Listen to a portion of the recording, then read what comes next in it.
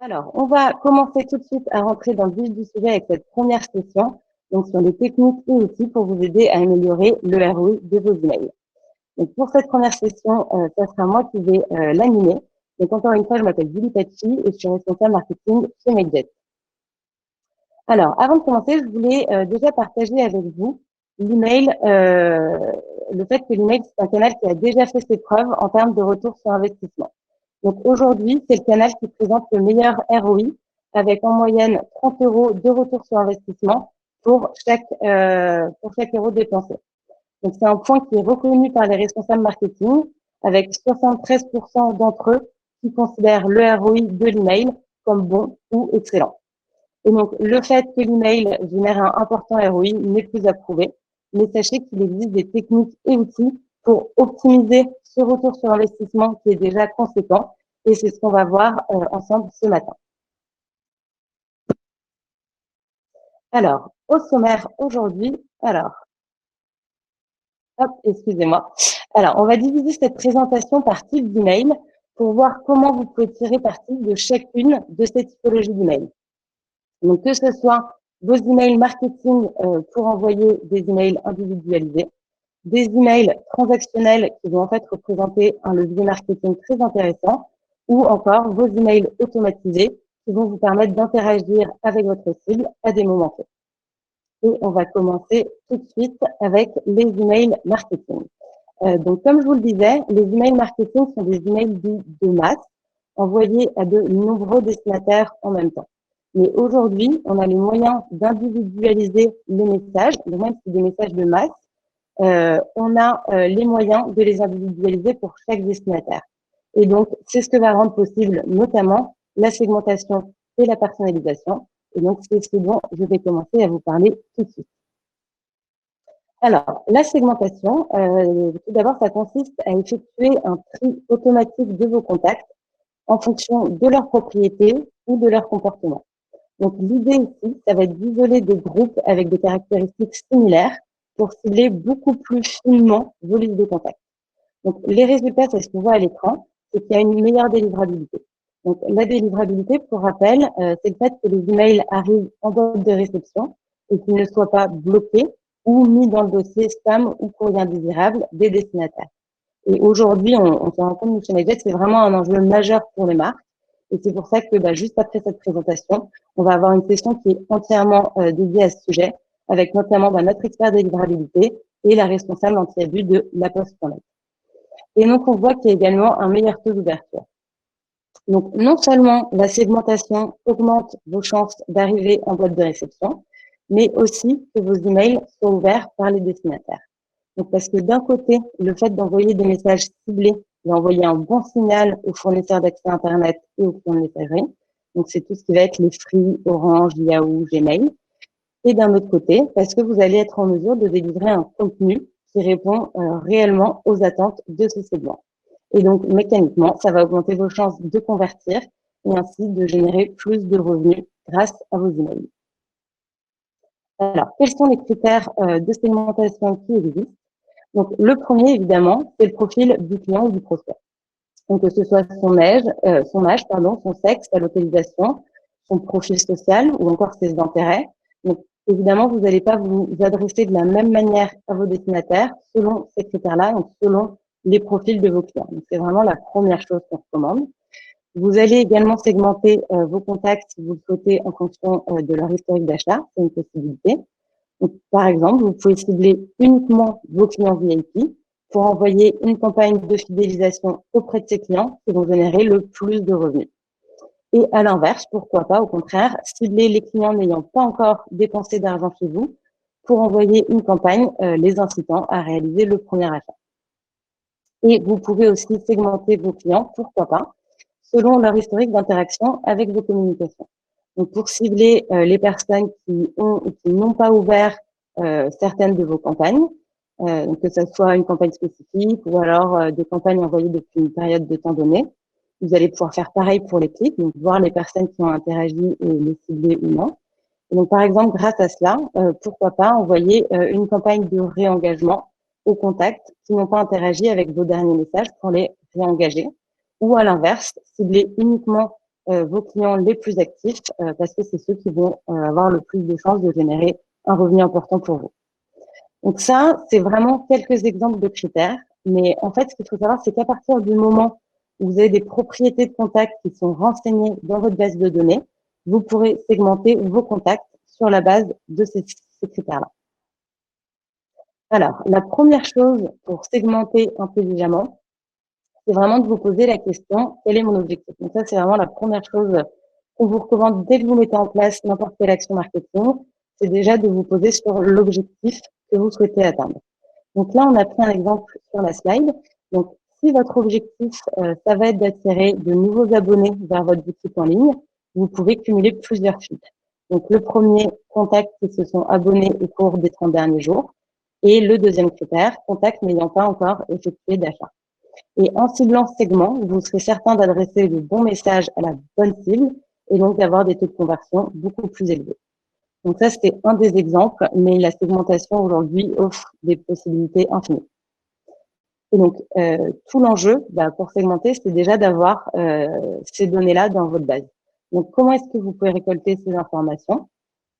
Soit via vos différents formulaires, donc que ce soit votre formulaire de création de compte, d'abonnement à la newsletter, ou encore même les questionnaires de satisfaction que vous envoyez à vos clients, ou alors toutes les données que vous avez déjà dans vos différents outils, notamment via vos outils CRM.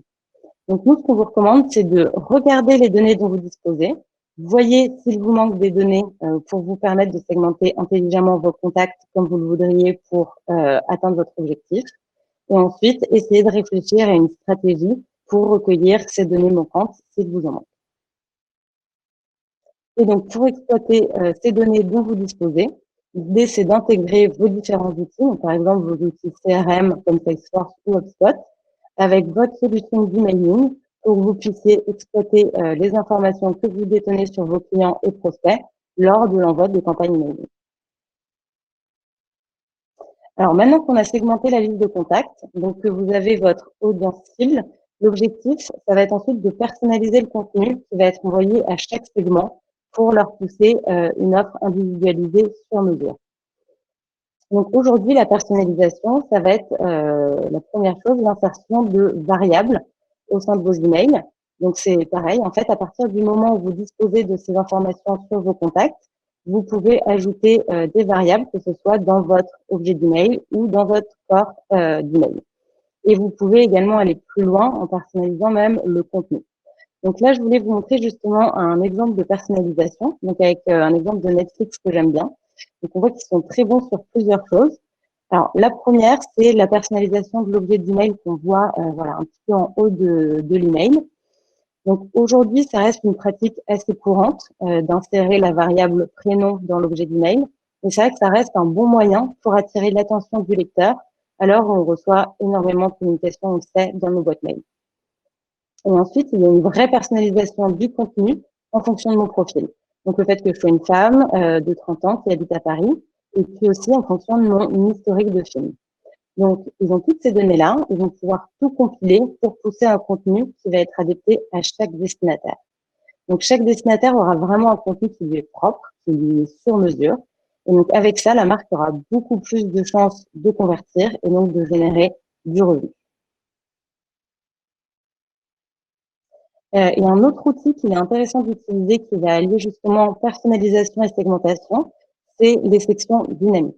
Donc aujourd'hui, vous pouvez aller encore plus loin dans la personnalisation en affichant dynamiquement des contenus en fonction du segment auquel vos contacts appartiennent. Donc le gros avantage ici, c'est que vous n'aurez plus besoin de créer une campagne par segment.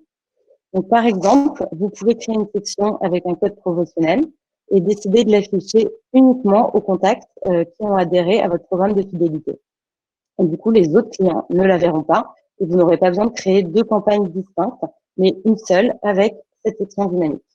Et donc, un autre exemple, si vous préparez par exemple votre newsletter hebdomadaire et que vous organisez prochainement un événement à Lyon, vous pouvez utiliser cette section dynamique qui s'affichera uniquement pour le segment de vos contacts résidant à Lyon. Donc là, on a parlé de la segmentation et de la personnalisation. Une autre technique dont je voulais vous parler, c'est celle de l'A/B testing, qui est un des gros avantages de l'email. Donc, l'A/B testing, c'est une procédure qui est utilisée en marketing qui permet de mesurer l'impact d'un changement de version d'une variable sur l'atteinte d'un objectif. Donc, en A/B test, ça va vous permettre de tester plusieurs versions du contenu digital. Alors, excusez-moi, je remets ça à l'écran. Donc, plusieurs versions d'un contenu digital. Donc, que ce soit une page web, une landing page, un formulaire ou encore un email. Et d'identifier la version la plus performante selon l'objectif défini. Donc, ça peut être le nombre de visiteurs sur une page, le nombre de clics, d'inscriptions, votre taux d'ouverture, votre taux de rebond. Et donc, on peut tester 2 versions. Donc là, on parle d'A/B testing, mais vous pouvez aussi tester plusieurs versions. Et là, on parle d'AX testing. Et donc, ramener à l'email, l'A/B testing permet de tester, en fait, littéralement tous les éléments de votre message. Donc, de l'objet d'email au pre-header, en passant par les images, vos textes ou encore vos call to action. Donc, les call to action, c'est les boutons qui vont justement inciter vos lecteurs à passer à l'action. Donc, par exemple, si vous souhaitez optimiser vos taux de conversion pour augmenter votre revenu, vous pouvez tester plusieurs call to action. Donc, concrètement, vous allez créer différentes versions de votre email. Vous allez envoyer ces différentes versions à un échantillon de votre liste de contacts. Donc, c'est vous qui décidez la taille de l'échantillon. Et ensuite, la version la plus performante selon le critère que vous avez défini. Donc ici, si on veut augmenter le taux de conversion, on va se baser sur le meilleur taux de clic. Et cette meilleure version qui aura généré le meilleur taux de clic sera envoyée au reste de votre liste de contacts. Donc c'est très clairement le meilleur moyen pour optimiser la performance de vos actions parce que vous pouvez tester chaque élément et vous êtes sûr que la version la plus performante est ensuite envoyée à l'ensemble. Donc attention toutefois, lorsque vous faites de l'A/B testing, donc à garder quelques règles de base en tête. Donc la première, on l'a dit tout à l'heure, on dit toujours, c'est définissez votre objectif. C'est toujours la première chose. Donc déterminez la raison pour laquelle vous souhaitez faire le test A/B. Donc que ce soit pour augmenter les taux d'ouverture de vos emails, par exemple, et réfléchissez aux modifications qui pourraient vous faire parvenir à ce résultat. Donc, par exemple, si vous voulez influencer vos taux d'ouverture, vous allez pouvoir peut-être tester votre objet d'email ou en tout cas les éléments qui sont visibles directement en boîte de réception. La deuxième chose, et ça c'est vraiment le plus important, je dirais, c'est ne tester qu'une seule variable d'une version à l'autre afin d'être en mesure de déterminer celle qui a un impact sur le résultat de l'expérience menée. Et si vous voulez tester plusieurs éléments, dans ce cas-là, réalisez une nouvelle expérience pour chaque élément. Donc, en fait, la raison, c'est tout simplement que si vous souhaitez augmenter vos taux d'ouverture et pour cela, vous testez et votre objet d'email et le nom de l'expéditeur, par exemple, vous ne saurez pas lequel de ces éléments a vraiment influencé. Donc, c'est pour ça qu'on vous recommande, encore une fois, de tester une seule variable par expérience. Ensuite, documenter les tests menés. Ça paraît tout simple, mais c'est vrai que c'est primordial de documenter et d'archiver les tests et leurs résultats. Donc, d'une part, pour partager efficacement les informations à toutes les personnes éventuellement concernées, et puis surtout pour optimiser le processus, c'est-à-dire de garder en tête les résultats des expériences précédentes pour améliorer au fur et à mesure votre stratégie. Et donc, voilà, gardez en tête que l'A/B testing, c'est un processus d'optimisation continue. Et donc, à l'issue de chaque test, vous allez pouvoir en tirer des enseignements qui vont venir en fait alimenter de nouvelles hypothèses à tester. Donc, vraiment continuer à tester en permanence.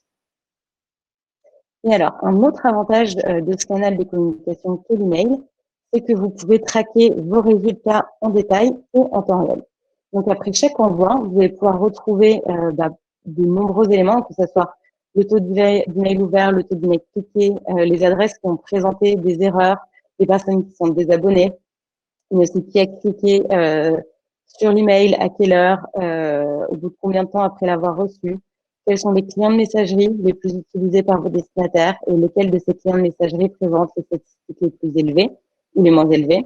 Donc, en bref, vous avez vraiment un niveau de détail très approfondi pour chacune de vos campagnes emailing et vous allez pouvoir avoir accès en temps réel à cette information, l'analyser et, en fonction de ces résultats, décider des mesures nécessaires pour améliorer vos prochaines campagnes. Donc, par exemple, si vous voyez que la grande majorité de vos emails sont ouverts par les personnes étant sur Gmail, vous allez pouvoir travailler à l'optimisation du rendu de vos emails sur ce client de messagerie plutôt que sur les autres. Donc ça, vraiment, l'analyse de vos statistiques, ça va vous permettre d'améliorer vos futurs envois. Et il y a un autre outil qui peut être assez intéressant, qui est celui du comparateur de campagne. Donc avec ça, vous pouvez facilement compiler des données pour dégager des tendances au fil du temps. Donc en regroupant vos anciennes campagnes d'emailing, vous pouvez obtenir des métriques moyennes qui vous serviront ensuite de référence. Et ces dernières vous permettront d'évaluer la performance de vos nouvelles campagnes emailing.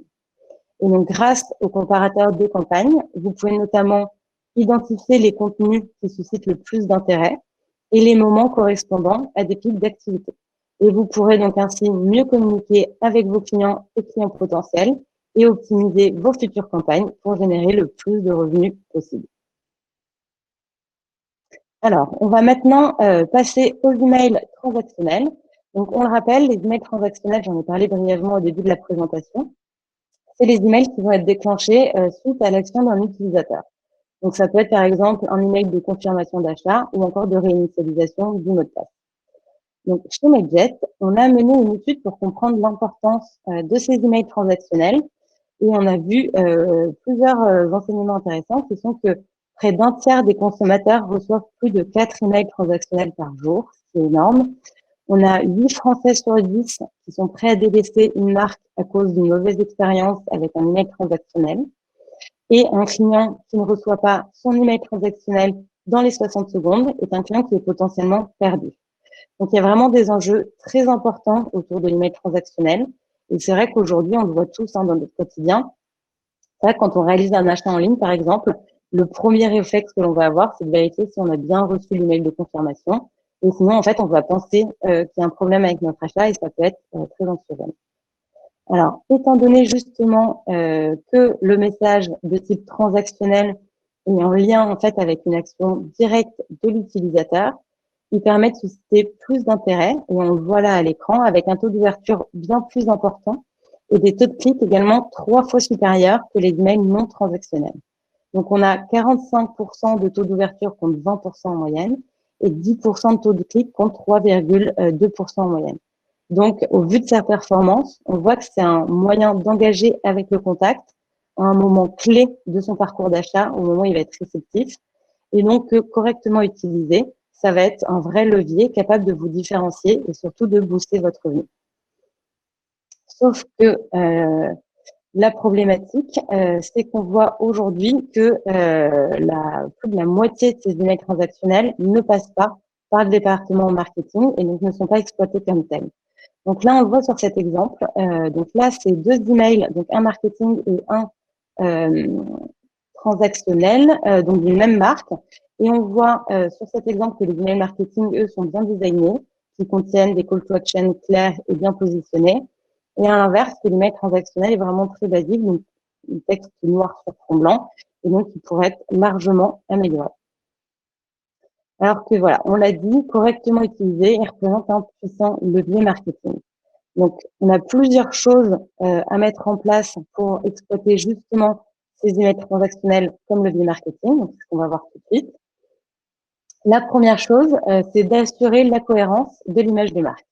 Donc, pour ne pas perdre la confiance de vos utilisateurs, on recommande que le design et le ton de vos emails transactionnels respectent la charte graphique et éditoriale de votre site, mais aussi de vos emails marketing. Donc, ça va permettre d'assurer une cohérence et en fait une expérience utilisateur plus harmonieuse à vos clients et clients potentiels. Et donc, encore une fois, toutes les communications que vous leur envoyez doivent être en accord avec l'identité visuelle de votre marque. Et donc, on déconseille vraiment les emails transactionnels avec juste du texte noir sur fond blanc, comme on l'a vu dans l'exemple précédent. Alors, on vous recommande également de profiter de ces emails transactionnels pour faire du cross-selling. Donc, cette technique, elle consiste à proposer au client l'invente d'un produit complémentaire à celui qu'il vient d'acheter. Donc, ainsi, vous pouvez profiter de vos emails transactionnels pour mettre en avant d'autres produits ou services qui pourraient être intéressants pour le consommateur. Donc, par exemple, si vous lui envoyez un email pour confirmer la réservation d'un vol, pourquoi pas lui proposer un service de location de voiture dans la ville de destination. Donc, l'important, c'est que les offres proposées soient cohérentes et non intrusives. Il faut quand même qu'il y ait un certain intérêt légitime à pousser ces offres marketing dans un email transactionnel. Donc, vraiment garder en tête que ce qui prime avant tout, ça reste tout de même l'expérience utilisateur. Donc, les emails transactionnels, ça fournit également un bon prétexte pour faire de l'upselling. L'upselling, c'est la montée en gamme en français. Donc, c'est la pratique qui consiste à proposer un produit ou service supérieur à celui auquel s'intéresse le consommateur. Donc, par exemple, si vous proposez différents types d'abonnements, vous pouvez profiter d'un email d'inscription pour vanter les mérites de vos abonnements supérieurs et ainsi augmenter le fait que vos clients vont upgrader. Alors, vous pouvez aussi utiliser vos emails transactionnels pour promouvoir vos programmes de parrainage ou de fidélité. Donc, vous pouvez par exemple insérer à la fin de vos emails une bannière pour inciter vos consommateurs à parrainer leurs amis via un code dédié. Et donc, rappelez-vous toujours, les consommateurs, c'est vraiment vos meilleurs ambassadeurs de marque. Donc, vraiment, essayez de leur donner envie de parler de vos services et produits autour d'eux. Et vous pouvez également, pourquoi pas, dans cette mail transactionnelle, leur offrir des points à rajouter sur leur compte de fidélité et qui vont derrière leur permettre de bénéficier d'avantages exclusifs. Et autre technique, vous pouvez aussi envoyer dans ces emails transactionnels un bon de réduction sur le prochain achat pour inciter vos contacts à réaliser un nouvel achat auprès de votre marque dans le futur et ainsi vous assurer d'avoir du repeat business. Alors, là, je voudrais vous mettre un exemple d'email transactionnel que j'ai reçu. Et là, c'est plutôt un exemple d'email en fait qui pourrait être amélioré selon moi. Donc là, en l'occurrence, j'ai acheté une paire de chaussures de sport rose sur Zalando. Et dans l'email de confirmation d'achat qu'ils m'ont envoyé, ils ont ajouté une session « Ça vous plaira sûrement » avec d'autres produits du même type. Donc là, on est sur un très bel email transactionnel. Cette section-là, elle est très intéressante. Mais quand même, en fait, tout l'enjeu dans ces cas-là, c'est de savoir faire preuve de cohérence dans ce qu'on va pousser à l'utilisateur. En l'occurrence, ici, c'est pas très cohérent car ce qu'on me propose, c'est des produits similaires. Donc, d'autres paires de baskets roses de sport exactement du même type. Alors que si je viens de m'en acheter une, je vais pas avoir besoin de m'en racheter une similaire juste après. Donc, l'idée qui aurait été plus intéressante ici, c'est justement de faire du cross-selling. Donc, la technique dont on a parlé juste avant, de me proposer d'autres produits complémentaires, donc comme un pantalon ou un haut de sport, pour m'aider à compléter ma tenue, plutôt que de me pousser le même produit que celui que je viens d'acheter. Donc, ce qu'il faut faire vraiment, c'est mettez-vous à la place du client et réfléchissez à ce qui serait le plus pertinent de proposer à l'étape du parcours d'achat qui correspond à l'envoi de l'email transactionnel que vous envoyez.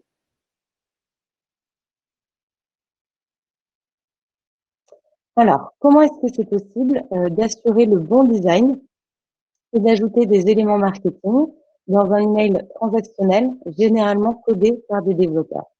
Donc pour ça, il vous faut utiliser un email, un éditeur d'email transactionnel, donc sur lequel les designers vont pouvoir assurer de maintenir le respect de la charte graphique. Les personnes en charge du marketing vont pouvoir concevoir le contenu et les développeurs, eux, pourront configurer les parties dynamiques de l'email. Et c'est comme ça, en fait, que vous pourrez vraiment exploiter au maximum l'email transactionnel comme un levier marketing. Alors, on va terminer donc cette session avec les emails automatisés. Donc, les emails automatisés, c'est ceux qui vont être déclenchés par un ensemble de conditions prédéfinies et en fonction du comportement de l'utilisateur. Et ensuite, vous allez créer un scénario qu'on appelle aussi workflow avec un ou plusieurs emails qui vont s'envoyer quand le déclencheur aura été activé. Donc là, je voulais vous montrer quelques exemples d'emails automatisés que vous pouvez mettre en place pour optimiser votre conversion. Alors, le premier email, c'est un email de réactivation des clients inactifs. Donc, vous l'entendez souvent, mais c'est vrai que ça coûte moins cher de fidéliser des clients existants plutôt que d'essayer d'en acquérir de nouveaux. Donc, l'idée avec ce workflow, c'est d'envoyer un email automatiquement après un certain temps passé par le client sans réaliser d'achat, en leur disant, par exemple, vous nous manquez et en leur proposant une réduction sur le prochain achat pour les inciter à passer à l'action. Et c'est ce que fait très bien Sephora sur cet exemple d'email pour réactiver ces clients qui sont inactifs depuis un certain temps.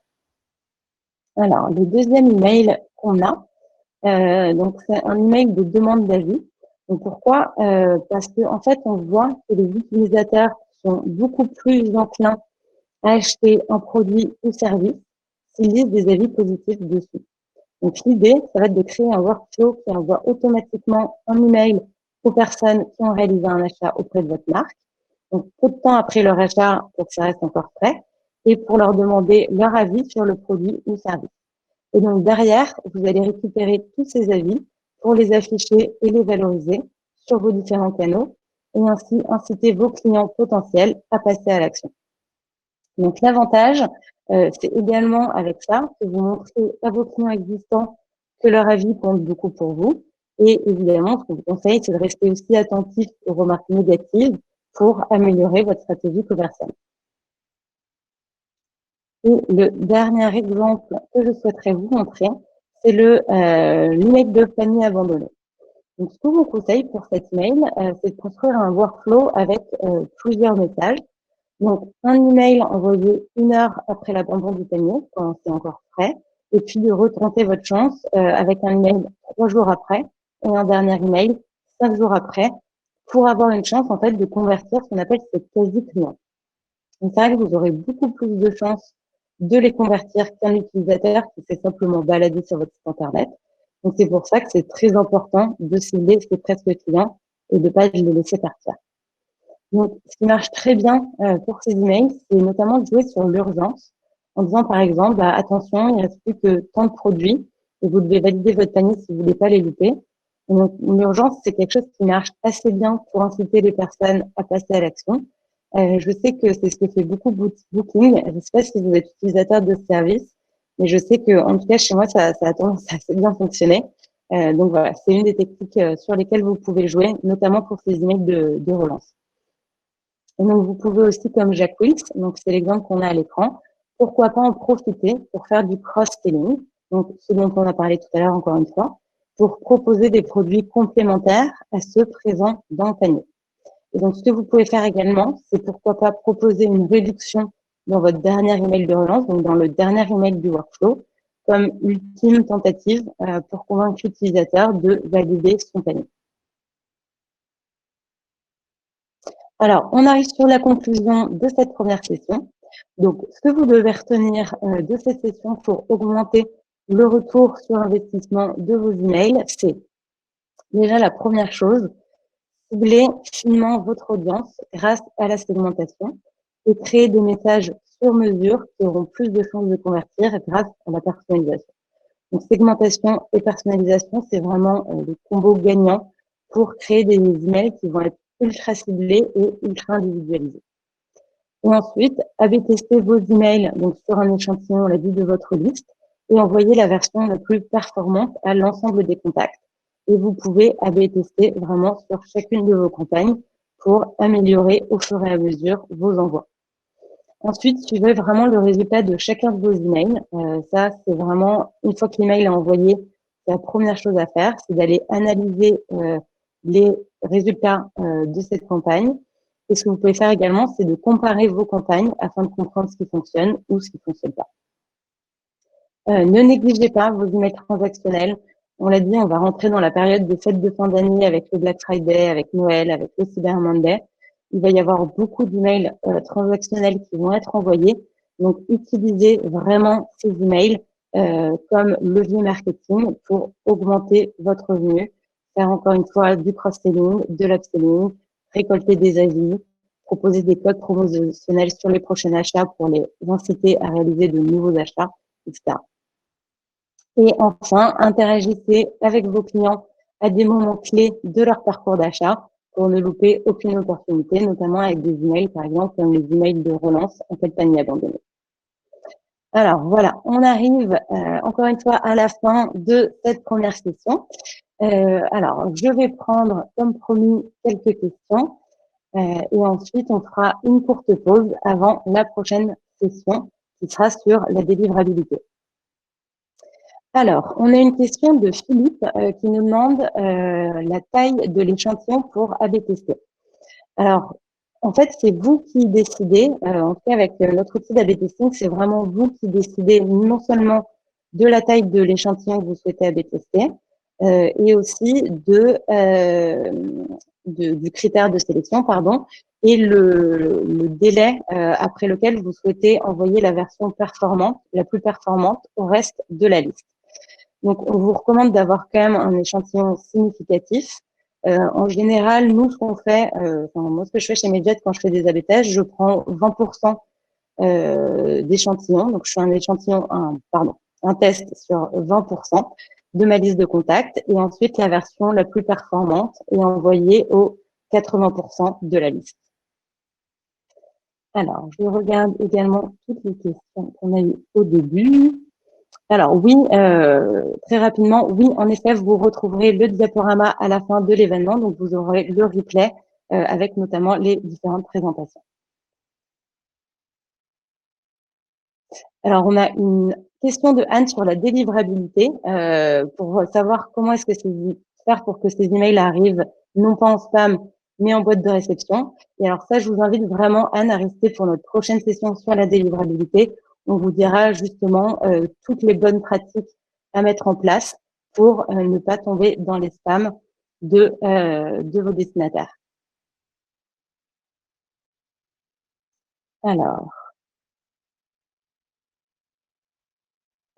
Alors, on a une autre question d'une autre Anne. Donc, quels sont les niveaux acceptables des taux d'ouverture étriqués lors d'une campagne? Donc ça, il faut vraiment garder en tête, évidemment, ça va dépendre de votre secteur. Est-ce que vous êtes en B2C ou en B2B? Dans quel secteur d'activité vous travaillez? En général, quand même, ce qu'on dit, c'est qu'entre 15 et 25%, vous pouvez considérer que vous avez des bons taux d'ouverture, que vous êtes dans la moyenne. Au-dessus de 25%, on va considérer que c'est des très bons résultats. Et en termes de taux de clic, si vous avez des clics supérieurs à 3%, pour nous aussi, c'est déjà des bons résultats. Si vous êtes entre 5 et 10, c'est très bien. Et si vous êtes au-dessus, c'est vraiment excellent. Donc, encore une fois, ce qu'on vous invite à faire, c'est de regarder un peu les moyennes dans votre secteur d'activité pour vous faire une idée plus précise. Alors, on a une question de Lise qui nous demande comment segmenter en B2B. En fait, ça va être la même chose. À partir du moment où vous importez vos listes de contacts dans votre solution emailing, vous allez pouvoir importer toutes les propriétés que vous souhaitez ajouter. Donc, c'est pour ça, on vous dit, il faut déjà que vous disposiez de ces informations. Mais que ce soit des clients en B2C ou en B2B, à partir du moment où vous avez les renseignements nécessaires, vous pouvez segmenter sur la base de ces propriétaires.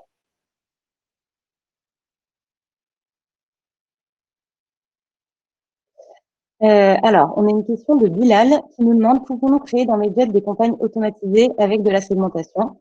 Et alors, la réponse, c'est oui. Vous pouvez tout à fait segmenter vos listes de contacts lorsque vous définissez vos scénarios d'automatisation.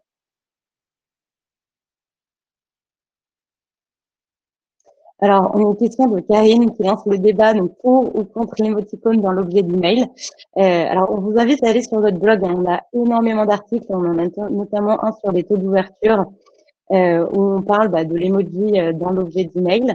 Nous, on aime bien. Alors, c'est toujours le même conseil. Essayez de ne pas en abuser non plus. Mais surtout, la meilleure chose en fait à faire, ça va être justement de faire des A/B tests, réaliser exactement le même email. Et dans la deuxième version, changez juste dans l'objet d'email le fait qu'il y ait un emoji ou pas. Et vous allez voir du coup celui qui génère le plus d'ouverture. Et vous saurez en fait si l'emoji est adapté, disons, à votre audience. Évidemment, c'est jamais tout noir ou tout blanc, ça dépend énormément de votre propre audience. Mais quand il y a des questions comme ça, et ben là, l'A/B test, c'est là où il prend tout son sens. Testez et voyez ce qui fonctionne le mieux avec vos listes de contacts.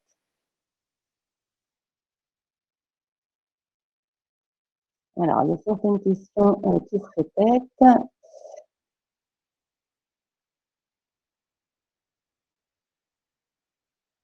Alors.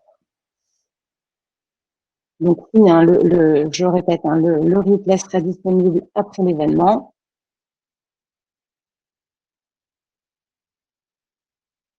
Alors B2C et B2B, hein, on répète, c'est vraiment pareil.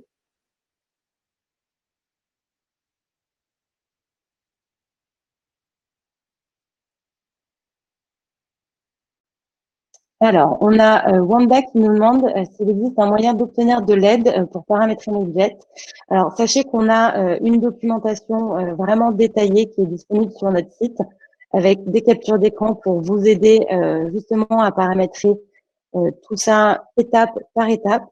On avait également un webinaire à ce sujet-là avec notre product manager, donc pour vous aider en live avec une démonstration à paramétrer nos budgets. Et sachez que de toute façon, avec nos abonnements gratuits, vous avez 30 jours d'assistante gratuite et on a l'assistante pour tous nos abonnements payants. Donc, n'hésitez pas, Wanda, à nous écrire à contact@medjet.com si vous avez besoin d'aide supplémentaire et on pourra vous aider. Donc B2B, oui, je recommande les mêmes pratiques, tout à fait.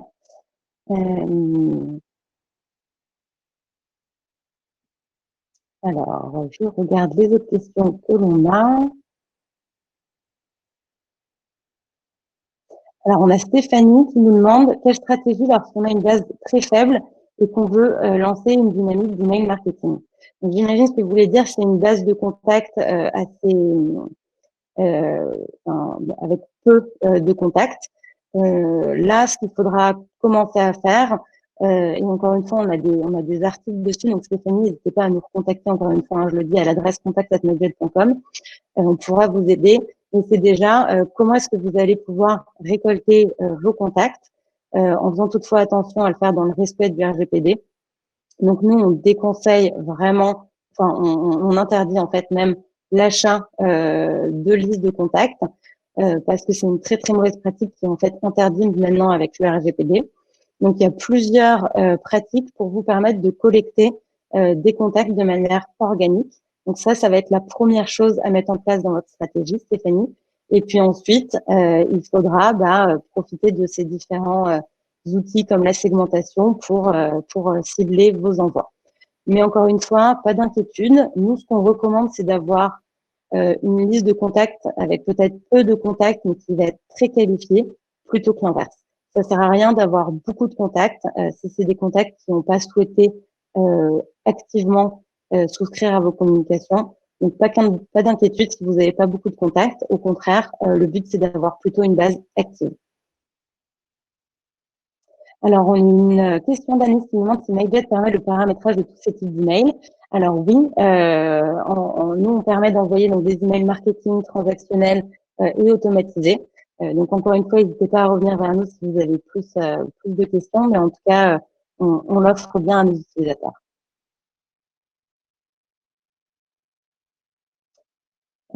Alors, alors une question qui nous demande, peut-on créer un segment à partir des emails transactionnels ouverts par le client? Alors, ça va être ça va être vraiment sur vos listes de contacts, en fait, que vous allez pouvoir segmenter. Et donc, en fait, l'email transactionnel est pas envoyé à une liste de contacts, mais à un contact. Donc, vraiment, les segments, ça va être sur vos listes de contacts et donc sur les différentes campagnes que vous avez envoyées. Donc, les campagnes marketing. Alors, on a une question de Marine qui nous demande, pouvez-vous redonner la durée recommandée entre chaque email pour les emails automatisés? Alors, ça va dépendre du scénario. Mais en tout cas, nous, ce qu'on recommande pour les scénarios de panier abandonné, c'est un premier email 1 heure après, donc tout de suite après l'abandon du panier, tant que c'est encore frais. Et puis derrière, 3 jours après, pour laisser un peu souffler le client. Et puis un dernier, 5 jours après. Et on considère que si au bout de 5 jours, l'utilisateur est toujours pas passé à l'action, c'est peut-être pas la peine de trop de le relancer. Donc voilà, c'est ces 3 emails en tout cas qu'on conseille d'ajouter dans le workflow. Donc on a Estelle qui nous demande un bon taux d'ouverture. Donc je le redis rapidement. Donc, on considère être un beau taux d'ouverture, c'est entre 15 et 25%. Où là, vous avez vraiment des excellents résultats. Ça, c'est pour les emails marketing. Encore une fois, pour les emails transactionnels, en général, ça va être au-dessus parce que évidemment, c'est justement des emails qui vont être plus attendus, donc ils vont générer des taux d'ouverture plus importants.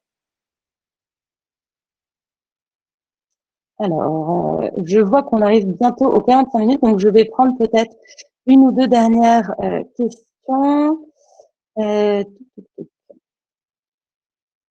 Alors, je vais essayer de regarder une question qu'on n'a pas encore eue.